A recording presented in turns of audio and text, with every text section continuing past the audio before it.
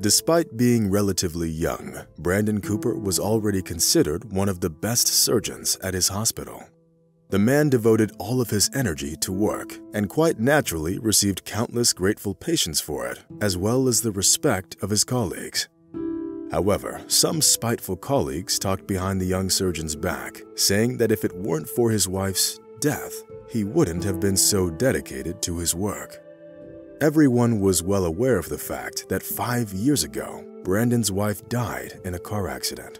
When the paramedics arrived, Rebecca Cooper was still alive, and according to the eyewitnesses, kept repeating her husband's name in a feverish delirium. Unfortunately, the woman couldn't be saved. She died in the ICU later that day. The news of his wife's death came as an extremely painful blow for Brandon, which unsettled him for many, many months. At some point, the man was so miserable that he even started going to extremes, such as trying to find solace at the bottom of a whiskey bottle. Coming to his wife's grave, Brandon looked at the tombstone for a long time and couldn't hold back his tears. The young surgeon felt that his life was completely ruined and that he would never be able to feel happy again. According to Brandon, it was as if an angel and a demon were fighting inside him at the time, each of them trying to take control of his life and pull Brandon into their own direction. Fortunately, the good had won, and the young surgeon managed to pull himself out of his deep depression, having come to terms with his wife's death. It was only thanks to his job that the young surgeon was able to get out of the hole he found himself in because of the misfortunes that befell him. Performing several important surgeries a day, every day, Brandon had reached a level of skill that he could have only dreamed of before. However, nothing changed in the young surgeon's personal life. The only one waiting for Brandon to get home from work was Lucky, the dog he bought as a puppy from a homeless man. That day, the young surgeon stayed at the hospital later than usual, and it was already getting dark outside. Hurrying to get home, Brandon was immersed in his own thoughts and didn't immediately notice the homeless man walking straight at him. And only when he came face to face with the beggar did the man come to his senses and recoil instinctively. To Brandon's surprise, the homeless man wasn't taken aback and immediately offered the surgeon to buy a puppy. "Take it, sir. Trust me, you won't regret it. I know dogs, and this is a great dog," the man added in a hoarse voice. Brandon took a closer look and was surprised to realize that there was a little animal hiding in the homeless man's coat. At that point, the man pulled the puppy out, and it immediately started whining plaintively and moving its little nose from side to side. The puppy liked Brandon at first sight.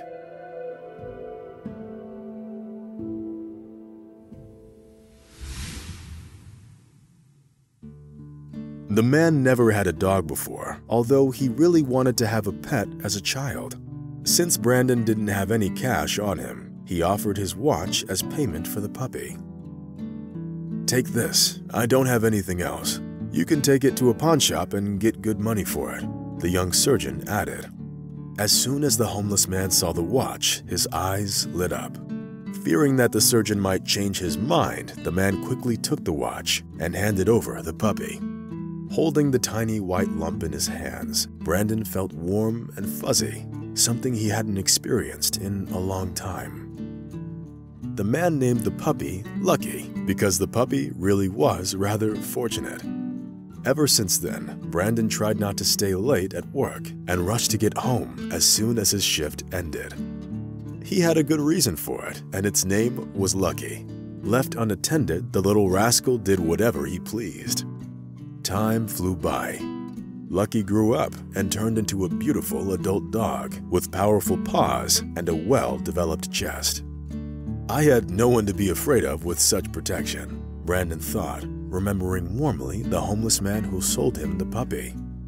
Since the surgeon loved his wife very much, even after her death, the man tried to pay tribute to the memory of their past. He had a tradition.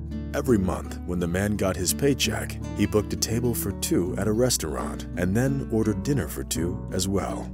The most interesting thing was that he always dined alone. At first, the waitresses didn't understand why their customer would place an order for 2 if he was always alone. But after they learned Brandon's unfortunate story, they couldn't help but feel respect for the young man. The second order was for the late surgeon's wife, whose spirit, he believed, joined him for those dinners.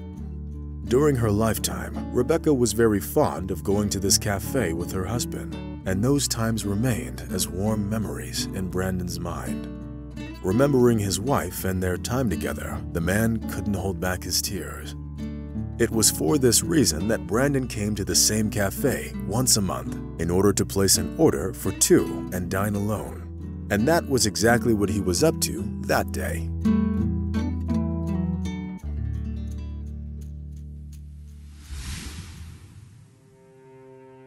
The young surgeon was seated at his favorite table by the window. Having studied the menu brought over by the waitress, the man made an order and leaned back in his chair. Brandon had a tough shift at the hospital that day, so he got rather tired by the end of the day. Immersed in his thoughts, the surgeon involuntarily shifted his gaze to the street on the other side of the window. Rare passers-by hurried about their business, and the ubiquitous taxi drivers were waiting for customers with bored looks on their faces. Suddenly, Brandon's attention was attracted by 2 women who were previously standing at the bus stop but were now entering the cafe. One of them suddenly got sick. She was clutching her throat with her hands and sank to the floor with a muffled sob. The situation was aggravated by the fact that the woman was in the last stages of pregnancy, which immediately got Brandon especially worried. The worst thing was that the friend that she was with was simply hysterical and didn't even think to call an ambulance. Realizing that the woman was running out of time, Brandon got up from the table and rushed over. The waitress followed the man with a puzzled look because it took her some time to realize why the man was so worried. Brandon almost immediately determined that the woman was having an asthma attack. Having run up to her, the man laid her on a bench and asked, "Inhaler, do you have it on you?" Still gasping for air, the stranger shook her head. Her face turned purple, which spoke of a rapidly progressing suffocation. The most angering part for Brandon was the fact that the woman's friend didn't only stand there doing nothing, but her hysterical whining prevented the surgeon from concentrating. "Pull yourself together. Call an ambulance, now. Help your friend first, then you can cry," Brandon snapped as he started CPR. The man knew that there was no time to waste, and he needed to get the woman breathing at any cost. Brandon was a great doctor, and so he knew exactly what to do in this situation. Soon, the woman started breathing again. Her face brightened and the blue receded from her lips. "Well, that's much better," Brandon whispered, still keeping track of the stranger's pulse. "Thank you. I forgot my inhaler at home. I haven't gotten any attacks recently, so I got a bit careless," the woman whispered. Brandon smiled and was about to return to his table when he saw that something strange was happening to the woman again. Holding her tummy, the woman doubled over and groaned in pain. "Dear God, is she having contractions?" Brandon whispered.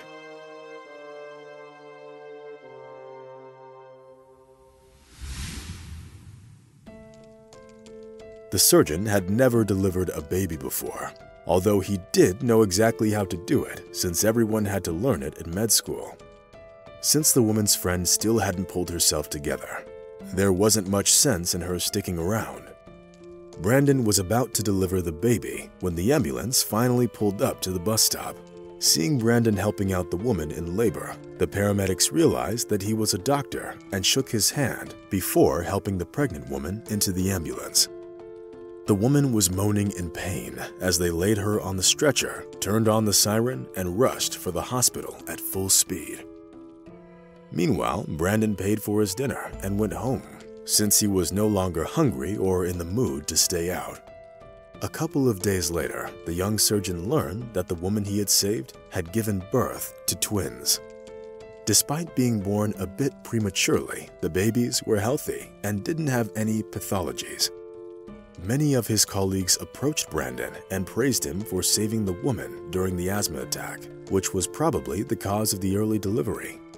"Oh, come on. I didn't do anything special, just my job," the man answered, lowering his eyes timidly. 2 weeks passed. Brandon had already forgotten about the incident in the cafe when suddenly he got a subpoena.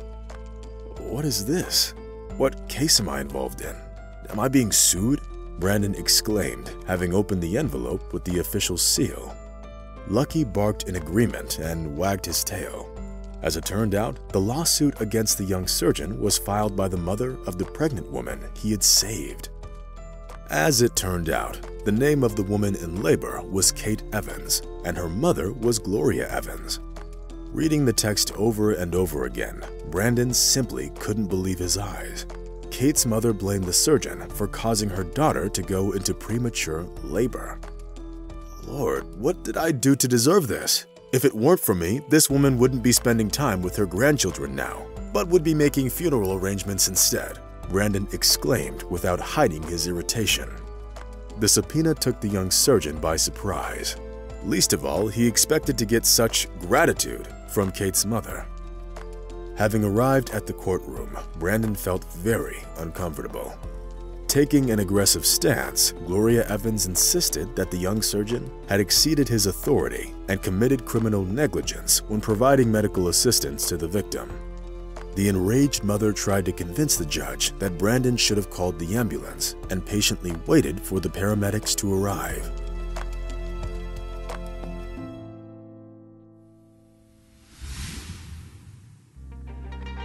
The woman's suggestion made the young surgeon furious. "So you're saying that I should have done nothing and simply watched a young woman suffocate right before my eyes? Moreover, I'm pretty sure it was the asthma attack that provoked the premature delivery, and not the fact that I saved your daughter's life," Brandon said in his defense. Since the court session was open to the public, about half of the people turned out to be on the surgeon's side. Of course, not everyone believed that Brandon was in the right, but those were mostly people who didn't trust doctors in general or had an unfortunate experience with them. Some of them didn't get their surgery in time. Others had their relatives die at the hospital. The most annoying thing was that Brandon had nothing to do with those cases. This hostility towards him was most likely caused by their past experiences, which they now extrapolated on Brandon's case. The judge took into account all the information provided in this difficult case and then gave the floor to the most important witness, Kate Evans. Having sworn on the Bible, the unfortunate woman told everything exactly as it happened. Kate didn't forget to mention the woman she was with, who was actually her ex-fiance's sister and not her friend. With tears in her eyes, the woman thanked Brandon for his help and publicly announced that she was dropping the lawsuit filed by Gloria Evans. Moreover, Kate also publicly accused her mother of slander and the desire to denigrate the good name of such a talented surgeon. As it turned out later, Gloria was not Kate's birth mother. The woman adopted Kate when she was 12 years old. After the young woman's speech, the court broke out in applause, which prompted the judge to make the only right decision. The Brandon Cooper case was closed for the absence of corpus delicti. Gloria Evans had to pay moral damages to the surgeon and apologized to him publicly. Brandon accepted the apology but refused to take the money. Having exposed herself in such a negative light in front of the other residents of the city and the entire state, Gloria Evans became an outcast and an object of ridicule. Ultimately abandoning her adopted daughter, she moved to the other end of the country in order to start a new life. But this amazing story didn't end at that, of course. After everything that happened, Kate Evans saw Brandon Cooper as her guardian angel, and the two started dating. The young surgeon grew to love Kate's children and was taking great care of them, treating them as his own. Sometimes, walking around the city, the couple came to the same cafe where their relationship, full of love and mutual respect, actually began.